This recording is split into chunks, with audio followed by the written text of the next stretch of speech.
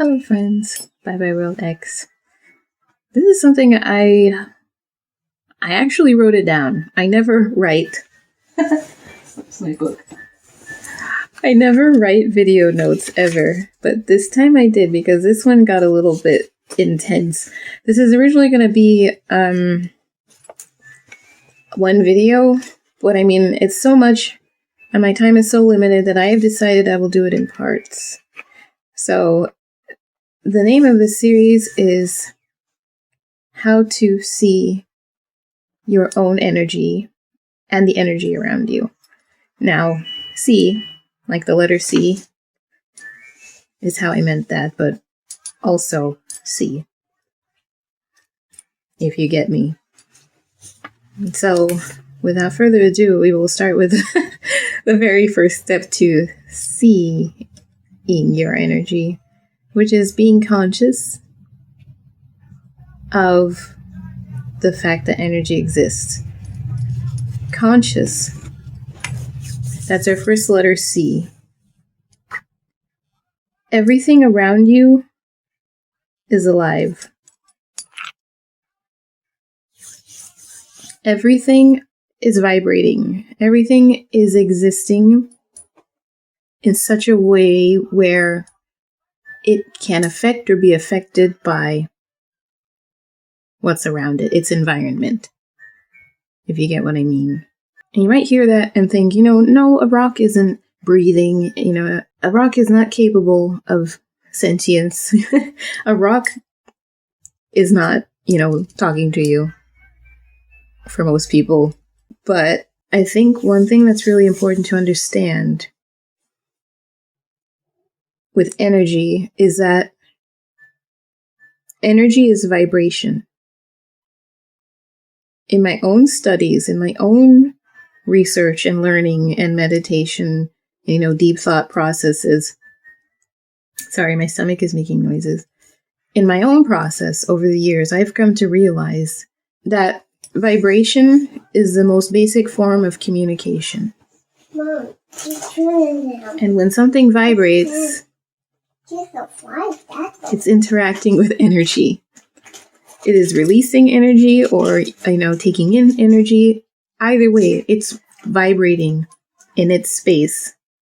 Therefore, it's reacting to, or responding to, or being affected by its environment in some way. So when you have atoms that make up a molecule, the atoms are vibrating.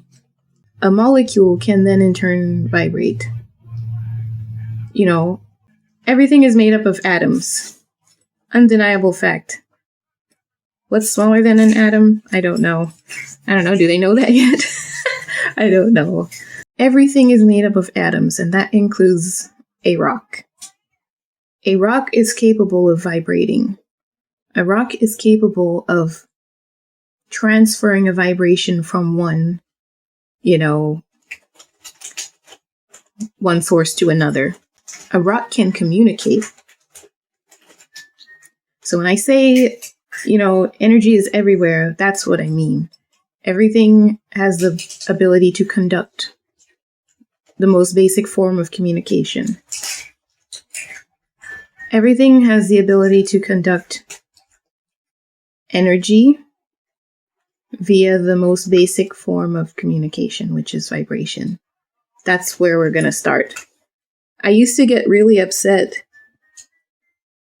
in my school, when I was in school, in the science class, because in biology, they would tell us, rocks aren't alive. Stick is not alive. Circle the one that's alive. And it's like, to me, it didn't make any sense because I do see a rock as being alive. I've always seen that.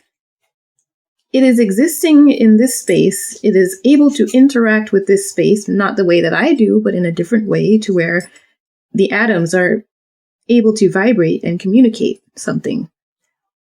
You see what I'm saying? So it's like you can't look at a pile of dirt and say it's not alive when it's literally participating, even though it's a very basic,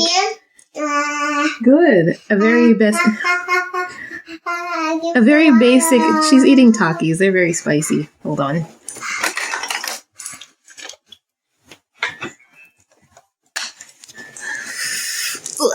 even though it's a very basic means of participation in this space, it's still participating in a living way. Yeah, so I've always had a problem with that way of looking at things. To me, if you're in this space, in this environment, you're a part of it. As much as we don't want to consider, the very tiny jittering atom of a rock, it's still there, and it still communicates with this space just as well as we do. And so because of that, we can say energy is everywhere. Energy is everything. Everything has energy in some form or another, even in vibrating atoms. Which means that when we exist together in this space, like everything is a constant flow of energy. So we become conscious of energy. It's a constant flow. That's another C word. My C is backwards. It's a constant flow, always around you. Every object around you is communicating in some way, shape, or form. Everything is alive. I know a lot of people might disagree with that still, but that's what I believe. And that's how I see it. Everything is alive. It may not be like you and me, but it is still existing and communicating energy. So that is the first C in this series, being conscious of your energy.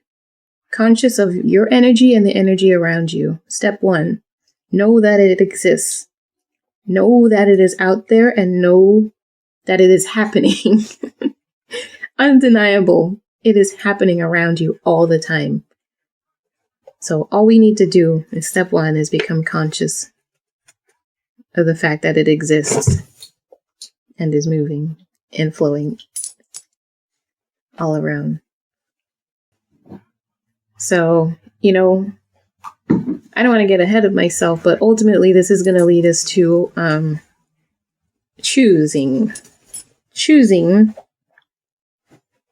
the energy that we put out. On our scale, we can consciously decide what kind of energy we're going to create or communicate.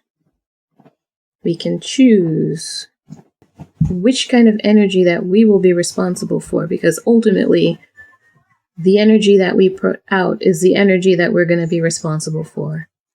So it's our job to choose wisely. We choose the energy that we will communicate, consume. We exercise control of our energy, and soon we'll be able to curate the energy that we allow around us to interact with our energy based on our understanding. And when we encounter bad energy, we can then take it upon ourselves to cleanse it and convert it into the energy that we will be responsible for. But I'm not going to get ahead of myself. That's where this one will end for now. There's a lot more. Ultimately, we want to get to a point of being able to cultivate our energy as far as the energy we allow in our space. We're going to cultivate our environment, the type of energy that we will allow in our environment once we get to the end of this. Thank you, baby. That is all. I've got to end this here. This is just part 1 of a very long series. So bear with me. Hope you enjoyed this one. Thank you so much. Oh my gosh. Have a great day. Have a great day. Thank you.